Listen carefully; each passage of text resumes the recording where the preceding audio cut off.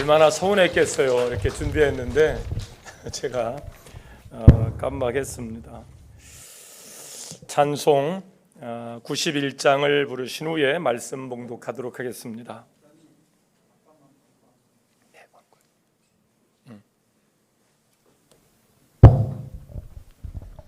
1년 동안 기다리셨던 일인데 우리 사모님 오늘 집에 가서 목사님한테 아마 바가지를 긁으시지 않을까 싶어서 제가 대신 나왔습니다.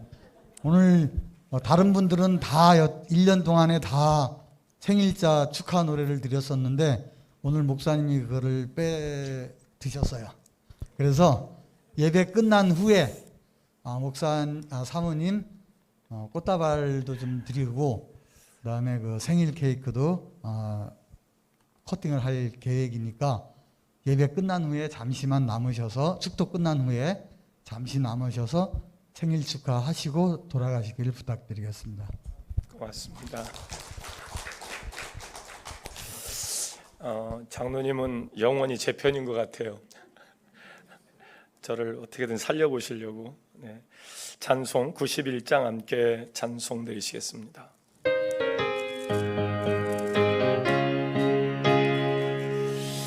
박수하시면서 찬송할까요? 슬픈 마음 있는 사람 예수 이름 믿으면 영원토록 변함없는 기쁜 마음 얻으리. 예수의 이름은 세상의 소망이요 예수의 이름은 전국의 기쁨일세. 거룩하신 주의 이름 너희의 방패 삼으라. 환난 시험 당할 때에 주께 기도드려라. 예수의 이름은 세상의 소망이요 예수의 이름은 전국의 기쁨일세. 존귀하신 주의 이름 우리 기쁨대로다. 주의 품에 안길 때에 기뻐 찬송 부르리. 예수의 이름은 세상의 소망이요 예수의 이름은 전국의 기쁨일세. 우리 달길 다 간 후에 보좌 앞에 나아가 왕의 왕께 경배하며 멸류관을 드리리. 예수의 이름은 세상의 소망이요 예수의 이름은 천국의 기쁨일세. 아멘. 함께 하실 하나님의 말씀 사도행전 2장으로 가셔서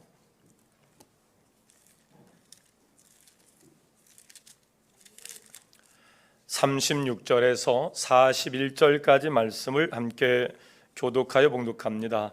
찾으시는 대로 아멘 하시죠. 사도행전 2장 36절에서 41절까지 말씀. 그런즉 이스라엘 온 집은 확실히 알지니 너희가 십자가에 못 박은 이 예수를 하나님이 저와 그리스도가 되게 하셨느니라 하니라.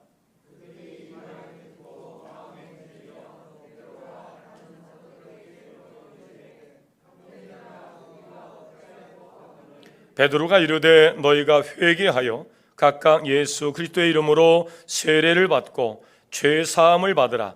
그리하면 성령의 선물을 받으리니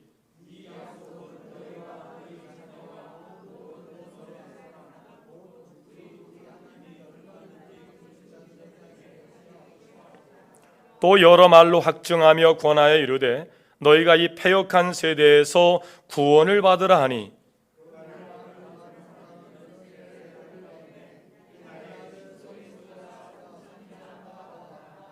아멘. 우리 옆 사람과 다시 한번 인사 나누시겠습니다. 참 잘 오셨습니다. 예수님이 이 땅에 오셔서 공생의 기간 내내 예수님은 예수의 제자들과 함께 그리고 예수의 무리를 따르는 군중들과 함께 하셨습니다. 그런데 그 예수의 무리를 따르는 사람들은 예수의 제자와 함께 예수가 누구신지에 관한 이해가 부족했습니다. 그들은 아브라함으로부터 시작된 하나님 나라에 하나님은 때로는 선지자를 세우기도 하시고 또 사사를 세우기도 하시고 또 왕들을 세워서 그들을 치료해 오셨어요. 아마 예수도 하나님께서 세우신 선지자들 중에 하나라는 생각을 했던 것 같아요. 예를 들면 엘리야처럼 대단한 능력을 가졌던 엘리야 아닙니까? 또 에레미야처럼 그들이 70년 동안 포로 잡혀갈 것과 그들의 회복을 예언했던 예언자, 이 선지자 에레미야처럼 선지자일 가운데 하나일 것이다. 예수가 공생애를 시작하면서 수많은 사람들과 함께 놀라운 일들을 행하지 않습니까? 예수의 턱 밑에서 예수의 말씀을 듣던 수천 명의 사람들, 한 소년의 도시락에 들어있는 오병이어로 5천 명을 먹이고도 12광주를 남기세요. 아마 그들에게 굉장히 충격이었을 거예요. 바다 위를 걷는 일들로, 무리를 걷는 일들로 제자들에게 그가 자기들과 같은 성정을 갖지 아니한 하나님 보내신 자라는 사실을 알게 하셨고 또 죽은 나사로를 살리기도 하시고,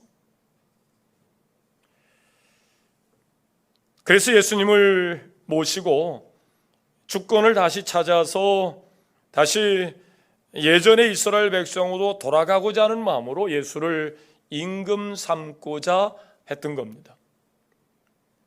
당시 로마의 지배를 받으며 살았던 그들이 주권을 찾는 일들은 혁명이죠. 쿠데타죠. 그래서 예수를 그들의 왕으로 삼고자, 임금으로 삼고자 혁명가로 앞세우고자 노력을 했던 겁니다. 마태복음 16장에 가면 예수님이 그런 가운데 가이사 빌립보 지역에 가서 제자들에게 느닷없이 이런 질문을 해요. 사람들이 나를 누구라 생각하고 말하더냐? 예수님이 그동안 행하셨던 여러 일들을 통해서 사람들은 그가 역시 선지자 중에 하나로 생각을 했겠죠. 그래서 돌아온 답은 엘리야가 온 것이라고 말하는 사람도 있고, 얼마 전에 죽은 세례 요한이 환생을 해서 다시 왔다라고 이야기하는 사람도 있습니다. 이런저런 여러 얘기를 했겠죠. 그러자 제자들을 둘러보시면서 다시 제자에게 말씀을 하세요. 너희들은 그럼 나를 누구라고 생각하느냐? 이때 베드로가 이렇게 얘기합니다. 주는 그리스도시요 살아계신 하나님의 아들입니다. 그때 예수님이 즉각적으로 베드로에게 얘기합니다. 바요나 시몬아, 네가 복이 있도다. 이를 알게 하여 고백하게 하신 이는 하나님이시다. 내가 너를 반석으로 삼고, 즉 베드로로 하고 그 반석 위에 내 교회를 세우리니 음부의 권세가 무너뜨릴 수 없을 것이며, 또한 내가 네게 천국 열쇠를 주어서 네가 이 땅에서 풀면 하늘에서도 풀리고 네가 이 땅에서 묶으면 하늘에서도 묶일 것이다. 그리고 교회적 사명을 베드로에게 주세요. 자, 마태복음 16장 16절 말씀은 베드로의 고백을 통해서 예수가 누구이신지를 예수님이 우리는 예수님을 어떻게 고백하며 또 예수가 교회의 터가 되고 왜 그리스도인가를 확실하게 알려주는 그런 말씀이에요. 오늘 우리는 이 말씀을 너무나 중요하기 때문에 한 번 더 강조를 하려고 합니다. 예수님의 질문은 누구에게나 동일하고 또 그 질문에 누구나 동일하게 대답을 해야 교회가 될 수 있기 때문에 그렇습니다. 제가 여러분에게 묻겠습니다. 여러분에게 예수는 누구십니까? 라고 물으면 여러분은 베드로의 신앙 고백을 그대로 하시면 됩니다. 여러분에게 있어서 예수는 누구십니까? 그렇습니다. 그분은 그리스도, 즉 그리스도라는 얘기는 통치자라는 얘기거든요.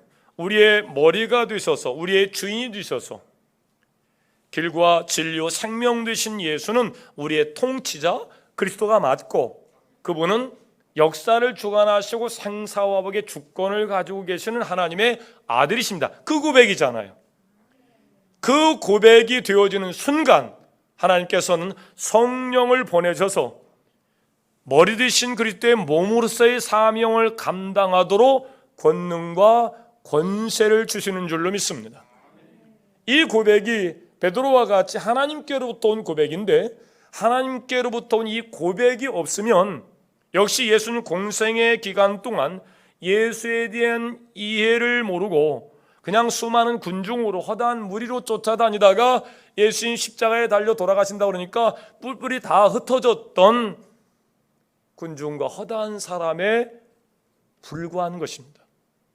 그러나 오늘 제 질문에 여러분 분명한 또 단호하게 어조로 예수에 대한 이해를 말씀하셨습니다. 주는 통치자, 우리의 나의 통치자 그리스도요.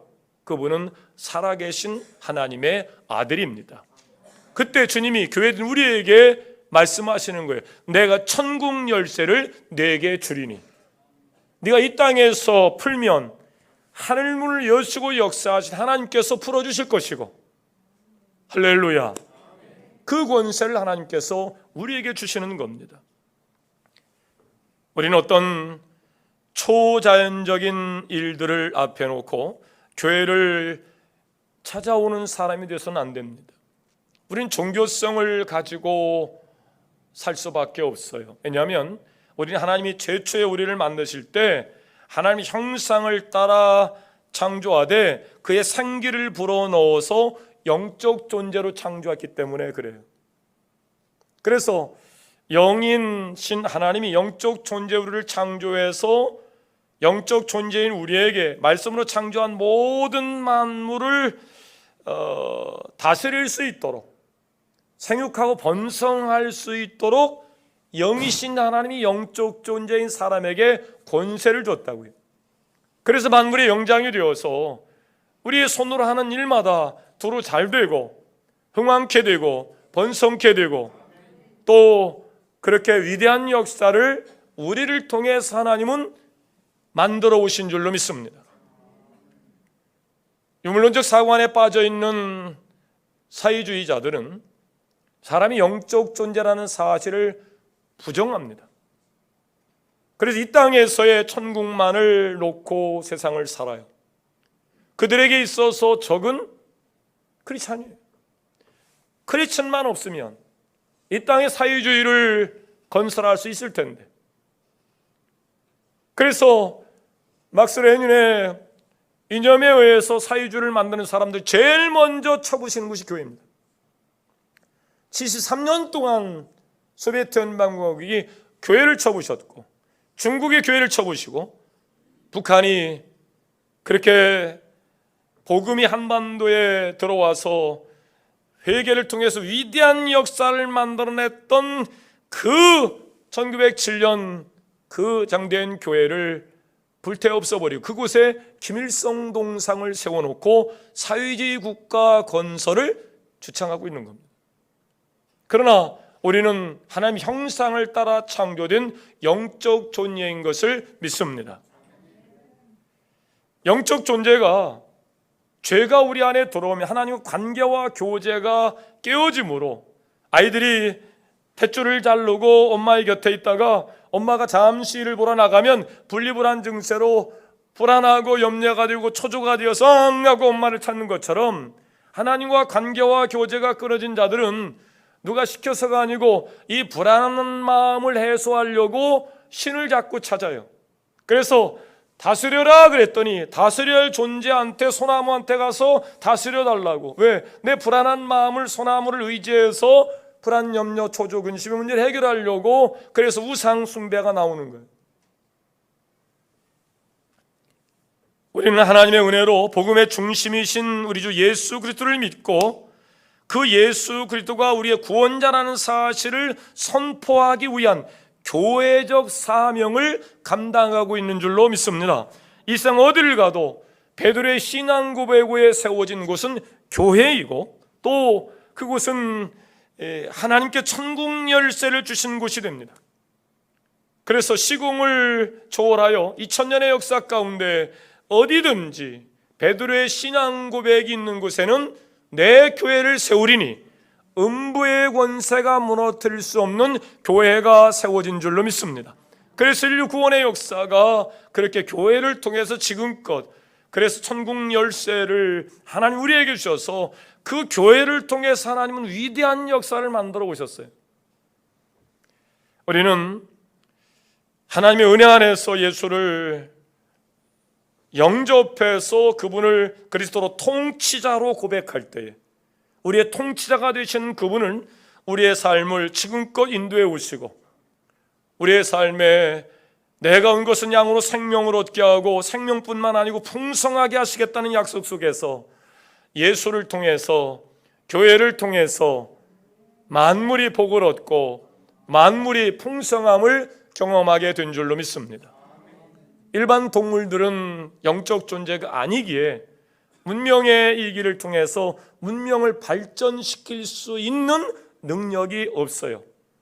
하나님이 영이시고 영적 존재인 우리를 통해서만이 인류 문명이 발전하지, 우리 사람과 비슷하게 닮은 장기를 가진 동물이 돼지라 그러죠. 침팬지가 우리하고 많이 비슷하다 그래요. 그러나 침팬지를 통해서 인류 역사가 문명이 발전된 적이 없습니다. 장기가 비슷하죠. 돼지가 인류 발전에 공헌한 것이 없어요. 500년 전에 돼지는 여전히 지금껏 흙 속에서 도토리 주워 먹고 땅 파먹고 그러고 살고 있어요. 영적 존재인 우리만이, 하나님의 형상을 따라 창조된 우리만이 다시 하나님의 형상을 회복할 때 하나님께서 우리를 통해서 인류 역사가 발전되고 부흥하고 흥왕케 되어 하나님의 영광을 돌리게 되는 존재로 살게 되는 줄로 믿습니다. 예수가 이 땅에 처음 탄생하실 때 동방박사가 예물을 준비해, 동방박사는 그 당시에 최고의 현자예요. 최고의 지식과 지혜로움을 가지고 있는 자가 별을 보고 하나님 이 땅에 메시아를 보내실 것을 연구하던 자들입니다.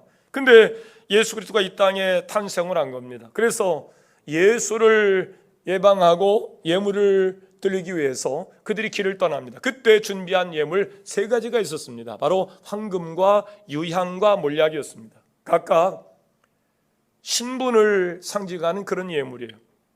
왕만이 소유할 수 있는 황금을 준비합니다. 당신은 만왕의 왕이십니다. 그 고백이에요. 유향은 제사장들이 제사를 드리기 위해서 필요한 것입니다. 당신은 인류의 구원을 위해서 하나님 앞에 나아가서 인류의 죄 문제를 해결할 수 있는 대제사장이 되십니다.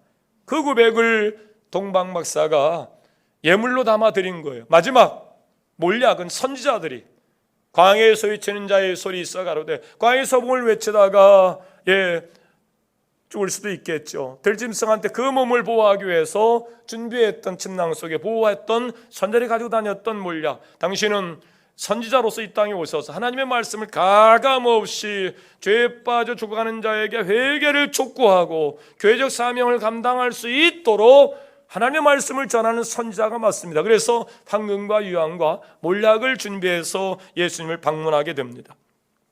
베드로가 어느 날 예수님을 다시 만나서 성령을 받고 이제 사람들 앞에 서서 복음을 전할 때 가장 핵심되는 이야기로 설교를 시작합니다. 주 예수의 그리스도의 이름으로 말씀을 선포하는 내용이 오늘 말씀입니다.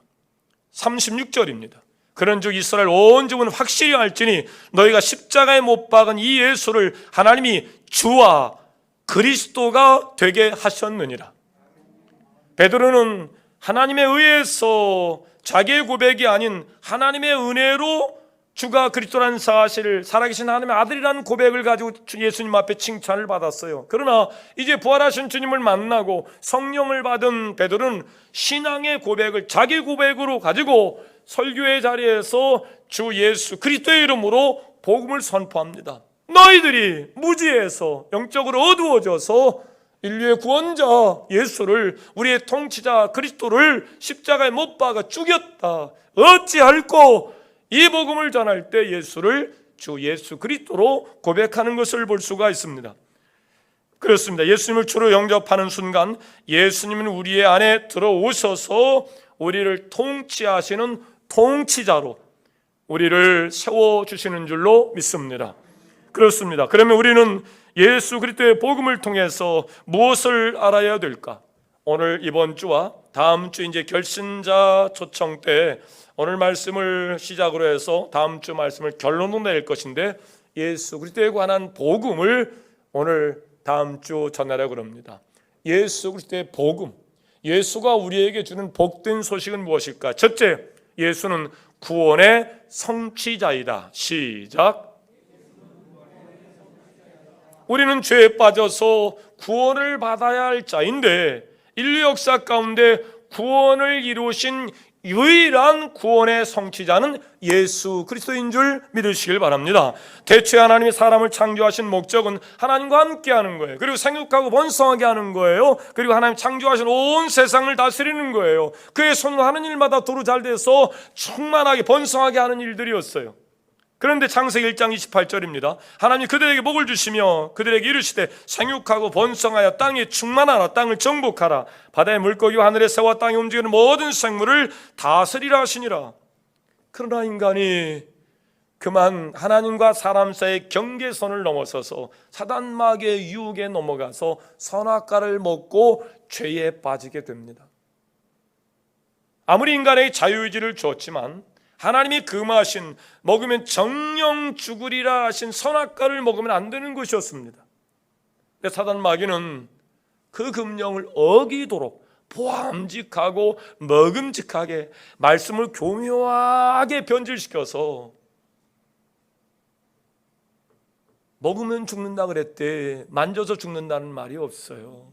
근데 교묘하게 만져도 괜찮으니 먹어도 괜찮겠지라고 변질시킨 겁니다. 그래서 선악과를 먹고 그만 죄에 빠지게 돼요.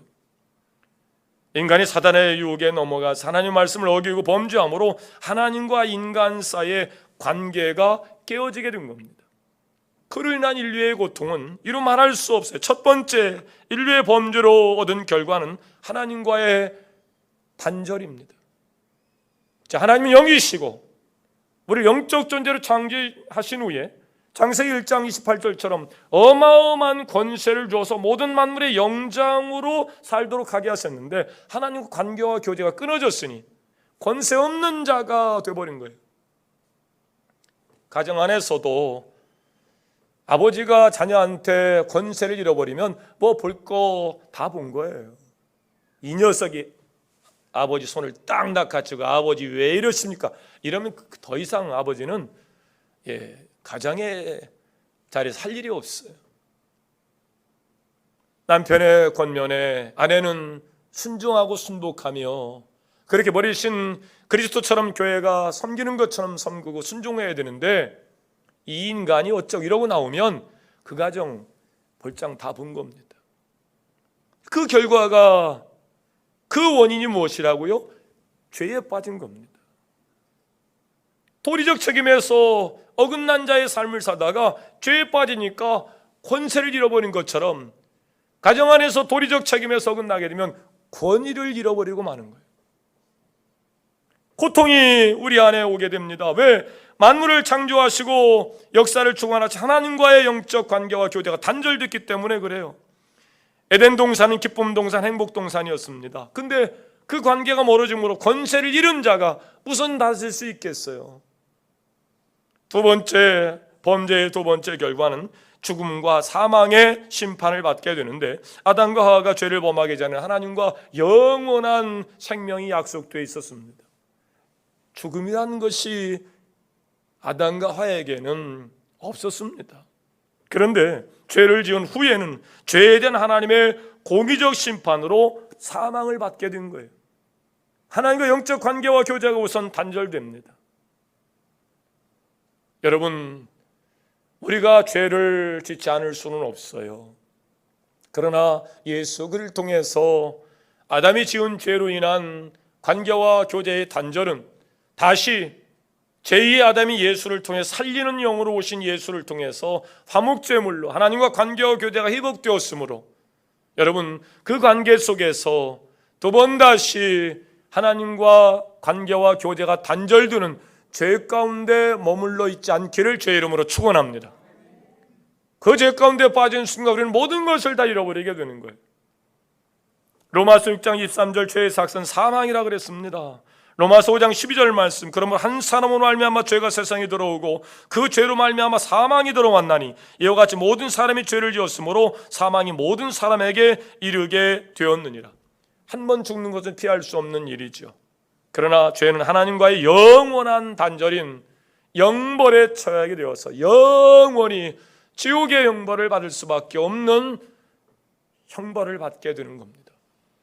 세 번째, 아담의 범죄로 인해서 인류에게 온 범죄는 고통이에요. 아담에게는 수고의 고통을 주어서 평생 일하지 않고는 먹을 수가 없었어요. 에덴의 행복동산, 기쁨동산이라 그랬죠. 일해서 얻는 수확이 아니었습니다. 다스려져서 얻는 수확이었습니다. 아름다운 과실은 그 과실을 하나님의 형상을 따라 창조된 사람에게 내어주었습니다. 사람이 죄에 빠져 권세를 잃어버리자 가시원검키로 방어합니다. 그걸 헤쳐가며 땅을 일구어가며 수고하여 자기의 음식을 찾아 먹어야만 하는 고통이 사람에게 온 겁니다. 여자에게는 해산의 고통이 주어졌습니다. 창세기 3장 16절 19절입니다. 여자에게 이르시되 내가 네게 임신하는 고통을 크게 더하리니 네가 수고하고 자식을 낳을 것이요 너는 남편을 원하고 남편은 너를 다스릴 것이니라 하시고 네가 흙으로 돌아갈 때는 얼굴에 땀을 흘려야 먹을 것을 먹으리니 네가 그것에서 취하였음을 얻음이라 너는 흙이니 흙으로 돌아갈 것이니라 하시니라. 10달만 보호해서 보호가 되는 것이 자식이 아닙니다. 그 자식이 60이 되고 70이 돼도 내 생명이 닿을 때까지는 결국 부모된 책임은 고통이에요. 이처럼 죄는 인간들에게 돌이킬 수 없는 죽음과 삶에 고통을 더하게 했는데, 그리고 사람들은 고통의 문제를 해결하려고 발버둥을 쳤습니다. 일단 아담의 범죄로 해서 온 땅이 죄악으로 관영하자 하나님은 심판하식으로 작정을 하세요. 그래서 물로 40주의 비를 내려서 온 세상을 물로 심판합니다. 노아의 가족 외에는 살아남은 생물이 없었습니다. 두 번째, 하나님 노아를 통해 새로운 창조를 이루시고 노아에게 아담에게 줬던 축복을 똑같이 줍니다. 다스리고 정복하고 생육하고 본 땅에 충만하라. 근데 그렇게 하나님이 그들에게 준 문명의 이기로 그들이 했던 일들은 바벨탑을 쌓아가는 거예요. 하나님 앞에서 우리가 흩어짐을 면하고 서로 결속해서 하나님을 이겨보자 이거예요. 신이 만들어 온 섭리에서 이 섭리를 끊어버리자. 그래서 죽지 않는 방법들, 늙지 않는 방법들, 유전자의 조작들, 또 줄기세포 통해서 신의 섭리를 우리가 거스려서 이겨보자. 이게 바벨탑이거든요. 하나님은 언어를 흩으셔서 생각을 나누셔서 우리 인류는 끊임없이 이데올로기적 갈등으로 동서남북으로 나누어져서 또 자그마한 땅덩어리 안에서도 좌우로 나눠져서 계속 싸움과 다툼으로 살게 하세요. 이게 인류의 역사입니다. 그들은 여러 가지 방법을 가지고 하나님과 관계와 교제가 단절된 상태에서 내가 직접 신이 되어서 인류의 고통의 문제를 해결해 보려고 애를 썼습니다. 어떤 분들은 인간의 문제를 철학을 통해서 해결하려고 애를 썼습니다. 그러나 골로새 2장 8절입니다. 누가 철학과 헛된 속임수로 너희를 사로잡을까 주의하라. 이것은 사람의 전통과 세상의 초등학문을 따르며 그리스도를 따름이 아니니라. 철학 문제로 인류의 고통의 문제를 해결할 수가 없어요. 그냥 논리적 방법으로 그렇게 여기는 것이라고 생각을 하는 것입니다. 생각하기 나름이요. 인생은 다 생각이 나름인가 보다. 그러나 그것은 세상의 초등학문을 따르며 그리스도를 따름이 아니라는 거예요. 사람들이 인간의 이성과 지식으로 죄의 문제를 해결하려고 어떤 철학과 사상을 통해서 고통의 문제를 줄여보고 인류의 죄의 문제를 해결해 보려고 애를 씁니다. 그러나 아무도 철학을 통해서 인류의 근본적인 죄의 문제를 해결하는 사람은 없습니다. 누가복음 12장 20절입니다. 하나님 이르시되 어리석은 자여 오늘 밤에 내 영혼을 도로 찾으리니 그러면 네가 준비한 것이 누구의 것이 되겠느냐. 철학으로 생명을 연장시킬 수 없습니다. 철학으로 구원을 받을 수가 없습니다. 애써 수고하여 얻은 모든 것들은 오늘 아침에 내 영혼을 도로 찾으면 그것이 누구의 것이 되겠는가. 또한 어떤 이는 고행을 통해서 인류의 문제를 해결해 보려고 했습니다. 그래서 이열치열이라고 했던가요? 사막에서 막 낚싯바늘과 같은 이 쇠사슬로 살에 줄을 매달아 가지고 말이죠, 뒤에 큰 통나무와 큰 돌을 매달고 그거를 막 끌고 다니면 살이 막 낚싯바늘에 이렇게 줄에 끌려 가지고 살이 막 찢어지기도 하고 그 고통 속에서 인생이 겪는 자기의 고통의 문제를 해결해 보자, 그렇게 고행으로 인간의 문제를 해결해 보려고 애를 썼습니다. 수십 년간 돌을 닦으면서 면벽벽을 보면서 수행을 하기도 했습니다. 그러나 아무도 인류의 죄의 문제, 고통의 문제를 해결하고 죽은 사람은 없습니다. 성경은 예수 그리스도 외에는 하나님께로 나올 방법이 없다고, 하나님의 형상을 다시 회복할 수 있는 방법이 없다라고 말씀하고 있습니다. 어떤 분은 선행으로, 또 어떤 사람은 법을 잘 지켜서 어떤 모범적으로 그렇게 박수받고 칭찬받는 것으로 인류의 문제를 해결해 보려고 윤리와 도덕을 주장하기도 합니다. 요한복음 14장 6절입니다. 예수께서 이르시되 내가 길이요 진리요 생명이니 나로 말미암지 않고는 아버지께로 올 자가 갈 자가 없느니라. 천하 인간의 구원 얻을 만한 이름을 예수의 하나님께 주신 적이 없고, 길이요 진리요 생명 되신 예수 외에는 하나님께로 나아가 인류의 죄 문제를 해결받고 하나님 형상으로 회복될 수 있는 방법이 있다 없다? 없다라고 말씀하고 있습니다. 예수 외에는 다른 방법이 없습니다. 수많은 사람들은 이 어리석은 방법으로 하나님을 찾기 위해서 오늘도 헛된 생각을 하고 헛된 일들을 꾸며갑니다. 그러나 로마 3장 23절 모든 사람이 죄를 범하였음에 하나님의 영광을 이룰 수 없다라고 이야기하고 있습니다. 우리가 가리고 덮어 살게 망정이지 요즘은 다 드러나니까요. 좋은 세상 다 갔다고 누가 한 말입니까? 도둑놈들이 하는 얘기예요. 요즘 CCTV가 있어가지고 도둑질을 하기가 힘들어. 왜? 다 CCTV가 골목마다 다 있으니까 좋은 세상 다 갔다고 도둑놈들이 좀 그런데,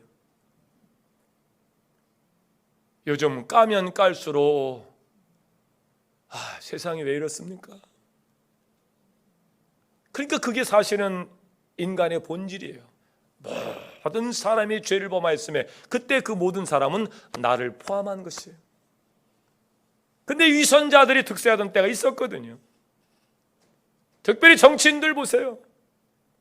얼마나 그럴듯한 모습으로 백성들 앞에서 국민을 어쩌겠다고, 너나 잘하세요, 너나 잘하세요. 까면 깔수록 어떻게 사람이 그렇게 사악할 수 있을까, 가증할 수 있을까 싶을 만큼, 또 우리는 또 그래도 또 희망을 가지고 늘 4년마다 그냥 편 나눠가지고 이 편으로 되면 뭐 이러고 앉아 있으니 말이죠. 우리가 어디 뭐 마약 먹은 것처럼 말이죠. 술에 취한 듯이 우리가 그렇게 살아가고 있어요. 그러나 성경은 분명히 이야기합니다. 어떤 방법으로도 예수 외에는 죄의 문제를 해결하고 구원받을 방법이 없다라고 이야기하고 있어요. 오직 하나님의 공의가 완전하게 성취된 예수 그리스도를 인하여 피 흘림이 없이는 죄 사함이 없다는 말씀으로 죄의 문제를 해결해 오셨던 하나님의 법에 따라서 우리의 모든 죄를 전가받고 십자가에 피 흘려 죽으신 그 예수의 공로를 인하여 그 피로 인하여 죄 사함을 얻고 구원을 받게 되는 줄로 믿습니다. 하나님이 정하신 구원의 방법이에요. 예수 그리스도께서 우리 가운데 오신 목적이 바로 죄인들을 대신하여 죽으시기 위해서 이 땅에 오신 거예요. 문선명이가 지가 예수라고 한참 거짓 원리 강론으로 지식인들을 넘어뜨릴 때가 있었습니다. 그때 주장했던 것 중에 하나가 예수는 죽었잖아. 싸우다가 코피 터지면 끝이고 싸우다가 사람 죽으면 끝이거든요. 죽었잖아. 나는 안 죽어. 나는 영생불세해. 그래 나와 피를 나눈 나와 가족관계가 되면 영원히 죽지 않아 가지고 마누라가 10명, 12명인가 그래. 또 수많은 사람이 미혹당해가지고 통일교회 들어가서 거기에 구원이 있다고 죽지 않는다고 문선명이 죽은 지 꽤 오래됐습니다. 그런데 문선명이만의 문제냐고요. 지금도 허다한 이 사이비 교주들이 이 죽음의 문제를 이 죄의 문제를 지가 어떻게 해결해 못하고 자기가 메시아요 자기가 예수라고 또 거기에 또 미혹받아가지고 수많은 사람이 가정을 버리고 그렇게 교회를 떠나서 거기에 미혹받고 그러고 살아가요. 여러분 성경이 이야기합니다. 천하 인간의 구원 얻을 만한 이름은 예수 위에 없는 줄 믿으시길 바랍니다. 이게 우리가 믿는 하나님의 말씀이에요. 그는 이 땅에 우리를 위해 죽으러 오셨다고요. 문선명이는 죽어서 실패했다고. 아니에요. 이 역설적인 진리입니다. 죽어서 살리는 방법입니다. 그는 자신을 하나님과 죄에 빠진 인간의 관계를 회복시키기 위해서 거룩하신 주님이 죄짓고 우리와 함께 할 수 없게 우리를 의롭게 하신 일들로 짐승을 잡아 그 피로 죄의 문제를 해결했던 그 죄사의 방법으로 피 흘림이 없이는 죄사함이 없기에 영이신 하나님 육신을 입고 이 땅에 오셔서 십자가의 죽으심으로 그 피로 우리의 모든 죄를 깨끗이 씻으시고 의롭게 하신 후에 거룩하신 주님의 몸이 되게 하시고 성령을 부어주셔서 내 교회를 세우리니 그 베드로의 신앙 고백 후에 교회적 사명을 감당할 수 있도록 성령을 부어주시고 천국 열쇠를 맡기셔서 우리가 기도할 때 하나님의 이름으로 일컬어지는 백성들이 성전 삼아 기도하는 그곳에서 기도할 때 하늘문을 여시고 전염병을 물리쳐 주시고 이 땅을 고치시고 그 열쇠가 우리에게 있게 우리는 그 사명을 붙잡고 오늘도 이 땅의 코로나 종식을 위하여 죄 문제 해결을 위하여 기도해야 될 줄로 믿습니다. 그 유일한 길이 바로 예수 그리스도예요. 히브리서 9장 28절입니다. 이와 같이 그리스도도 많은 사람의 죄를 담당하시려고 단번에 들이신 바 되셨고 마태복음 20장 28절 인자가 온 것은 섬김을 받으려 하는 것이 아니요 도리어 섬기려 하고 자기 목숨을 많은 사람의 대속물로 주려 함이니 주님이 오신 목적은 죽으라 오셨고 섬기라 오신 것이에요. 주님이 십자가에 죽기 전날 죄를 불러 모아놓고 마지막 엑기스만 모아서 이야기합니다. 그리고 퍼포먼스를 합니다. 세레모니를 합니다. 허리에 수건을 동이고 무릎 꿇고 앉아 제대 발을 시킵니다. 아니 스승님 이거 뭐 하시는 겁니까?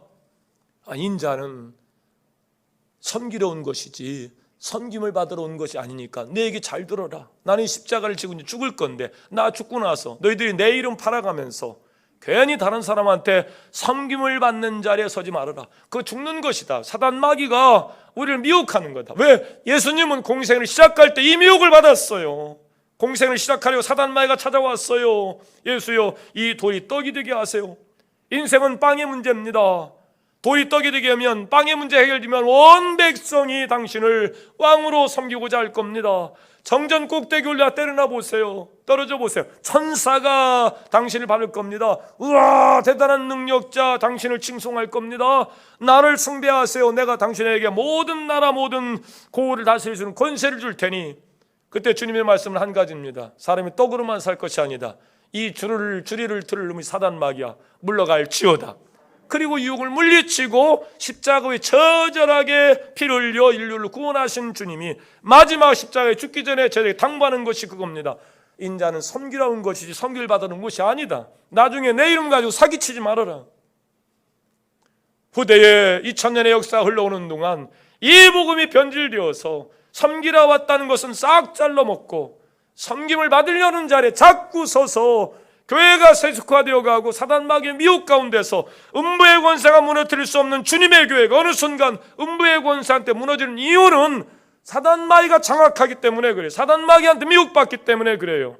여러분, 예수 그리스도 외에는 구원의 방법이 없고 예수는 섬기러 왔기에 여러분, 예수의 피로 구원 얻은 여러분들, 작은 예수로 여러분 예수를 영접한 자가 되어서 성령의 충만함으로 섬기는 자리에 서시기를 주의 이름으로 축원합니다.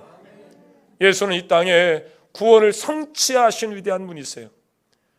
2000년의 역사, 수천 년의 역사 가운데 인류 역사가 시작된 이후에 구원을 성취한 사람은 아무도 없어요. 오직 예수입니다. 그래서 예수는 복음이다. 시작. 아니, 앞에 그래서 시작.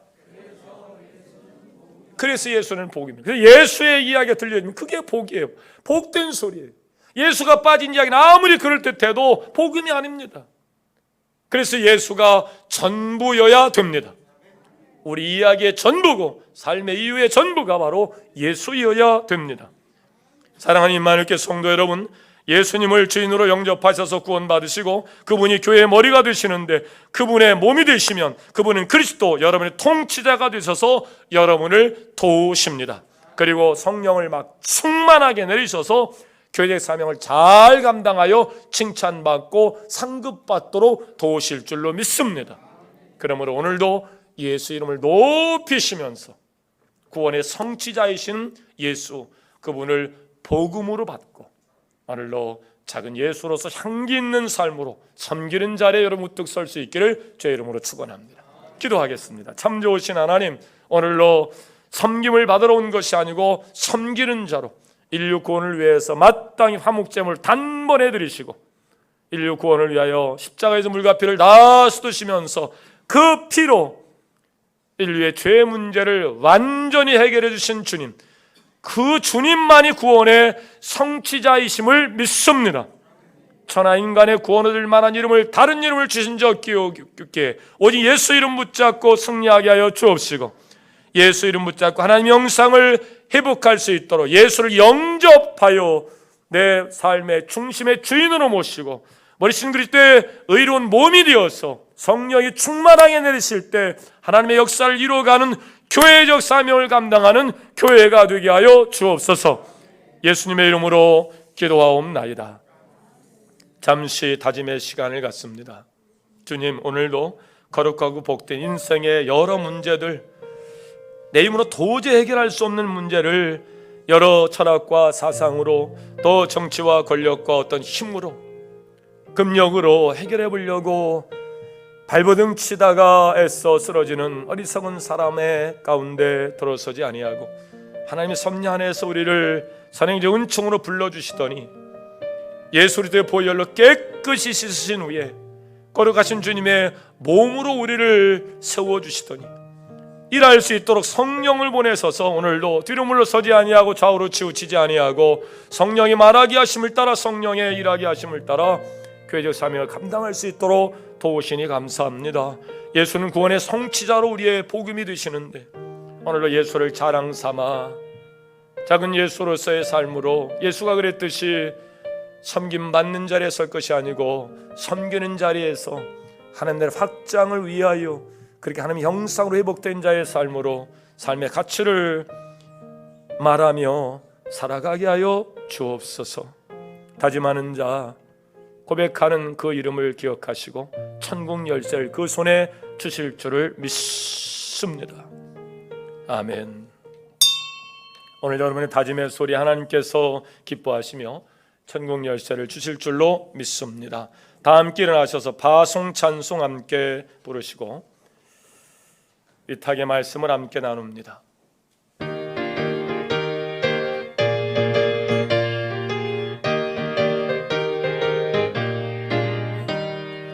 캄캄한 감죄의 길에 방황했으나 주 크신 사랑 빛을 떼고 어둠 떠났네. 사랑의 빛 오늘 내 맘에 사랑의 빛 항상 있도다. 내가 예수 믿고 죄짐 벗은 후 다시 내가 예수 믿고 죄짐 벗은 후 다시 내가 예수 믿고 죄짐 벗은 후 마음속에 항상 그 빛이 도다. 아멘. 위탁의 말씀을 함께 나눕니다. 성도의 사명은 무엇입니까? 땅끝까지 이르러 복음의 증인으로 꼭 사십시오. 지금은 우리를 죄에서 구원하신 예수 그리스도의 은혜와 하나님 아버지의 극진하신 사랑하심과 성령님의 감화 감동 내주 긍휼하심의 특별한 은총이 이제는 예수 그리스도 구원을 성취하시고 완성하신 예수 그리스도의 이름으로 복음을 받고 이제 작은 예수로서 어리신 그리스도의 몸으로서 괴된 사명을 감당할 때 성령으로 도우시고 역사하셔서 흥왕케 하시고 번성케 하시며 창대케 하시며 하늘의 확장을 일하게 하시고 소중한 이름으로 꽃보다 아름답고 보석보다 귀한 존재를 세우신 은혜에 감사하며 그렇게 살기로 결단한 모든 권속들 머리 위에 지금부터 영원토록 함께하여 주옵시기를 간절히 축원하옵나이다. 아멘.